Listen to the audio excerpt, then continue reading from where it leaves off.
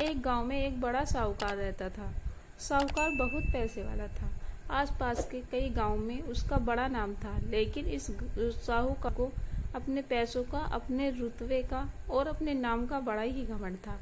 वह अपने नाम को बनाए रखने के लिए बहुत ज्यादा सोचता था और बिना किसी की भावनाओं की कदर किए वो सब करता जो उसे लगता कि करना चाहिए। साहूकार को कई सालों बाद एक संतान प्राप्ति हुई। साहूकार ने अपनी इस खुशी को मनाने के लिए अपने घर पर एक बहुत बड़ा कार्यक्रम रखा, जिसमें उसने आसपास के गांव के सभी श्रीमंतों को और सिर्फ ऐसे रिश्तेदारों को बुलाया जो पैसे वाले थे। गांव के ही साहूकार की खुद की सगी बहन भी रहती थी। क्योंकि इन दिनों उसकी आर्थिक परिस्थिति कुछ अच्छी नहीं थी, इसलिए उसने अपनी बहन को इस कार्यक्रम के लिए नहीं बुलाया। साहूकार ने जिस कार्यक्रम का आयोजन किया वह इतना भव्य था और इसके अलावा उसमें इतने प्रसिद्ध और श्रीमंत लोग आए थे कि इस कार्यक्रम की चर्चाएं हर गांव में होने लगी। यह खबर उस साहूकार की बहन तक भी पहुंच गई। बहन को यह जानकर बहुत ज्यादा खुशी हुई कि इतने सालों बाद उसके भाई को आखिरकार संतान सुख प्राप्त हो गया। बहन ने सोचा कि भाई गलती से इसे बारे में बताना भूल गया होगा और अपनों को भला कौन न्योता देता है। भोली बहन अपने भाई को यहाँ कार्यक्रम में जाने की तैयारी शुरू कर दी।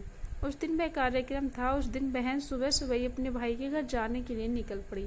रास्ते में अपने पुराने मैले कपड़े देख उसे ख्याल आया कि अगर किसी और के घर जाना होता तो ऐसे कपड़ों में जाने की सोचती भी नहीं, लेकिन मैं तो अपने घर में अपने मैके जा रही हूँ। माँ, मुझे सब सोचने की कोई जरूरत नहीं। जैसे भी अपने मैके पहुंची, वहां का भव्य आयोजन देखकर बहुत खुश हो गई। उसने अपने भाई पर बहुत गर्व हुआ।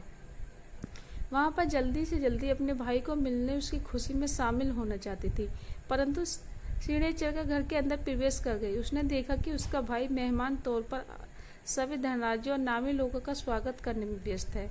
बहन जैसे ही अपने भाई की तरफ उसने मिलने बढ़ी, उसके भाई की नज़र उस पर पड़ी और अपनी बहन को ऐसे मैले पुराने कपड़ों में देखकर भाई ने उसे मिलने से दूर बल्कि तुरंत बहाना बनाकर वहां से निकल गया।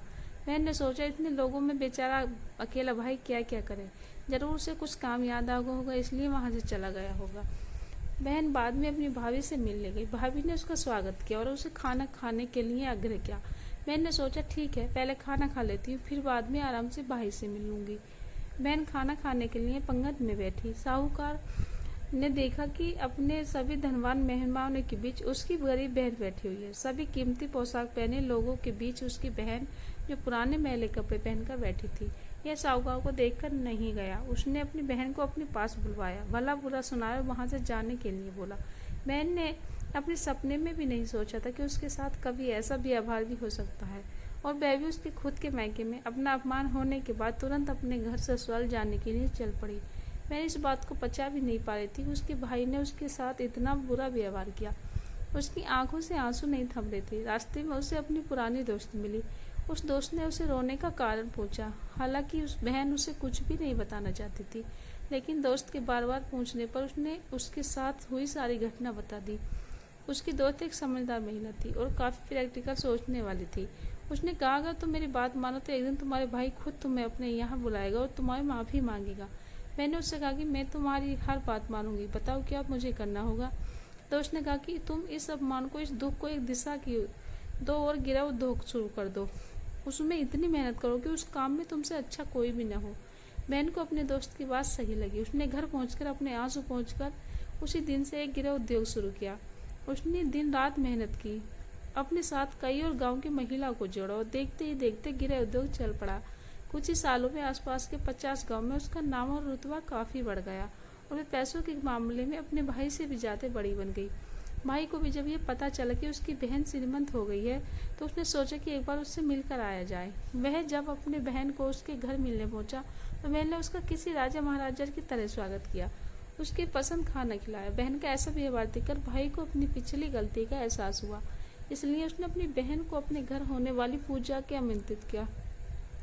कुछ ही दिनों बाद बहन अपने भाई के यहाँ पूजा के लिए पहुंच गई। जैसे ही बहन अपने भाई के घर पहुंची, उसका भाई उसके स्वागत के लिए दरवाजे पर ही खड़ा था। बहन अपनी महंगी गाड़ी में आई थी।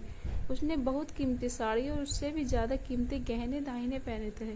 बहन का ऐसा ठाट बार देखकर सिर्फ भाई नहीं बल्कि पूरा गांव दंग रह गया। भाई दौड़कर आया और बहन की गाड़ी का दरवाजा खोलकर उसे बाहर जाने के लिए कहा और बड़े प्यार से उसे पूजा का प्रसाद ग्रहण करने को बुलाया। बहन को इस बार 12 पकवान परोसे गए। चांदी की थाली में उसे खाना दिया गया। साथ में एक सोने की चम्मच भी रखी गई थी। उसके बैठने के लिए बेशक कीमती पाट रखा गया था। बहन को यह सब देखकर उसके पुराने दिन याद आ गए, जब भाई ने उसे बिना खिलाए भला बुरा कहकर वापस लौटा दिया था। बहन खाना खाने के लिए तो नहीं बैठी, लेकिन उसने अपने सारे कीमती गहने और जेवर उतारकर उस थाली के सामने रख दिए और खाने में कुछ निवाले उन दाइनों पर रख दिए। बहन का ऐसा व्यवहार देखकर सभी हैरान थे। किसी को नहीं समझ आ रहा था कि बहन ऐसा क्यों कर रही है। आखिर वह क्यों उन जेवरों को खाना खिला रही है।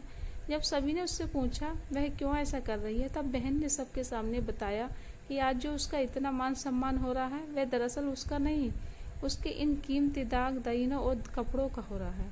क्योंकि मैं तो अभी भी वही पुरानी साहूकार की बहन हूँ। अगर कुछ बदला है तो वह मेरी परिस्थिति है, मेरे कपड़े और गहने ही।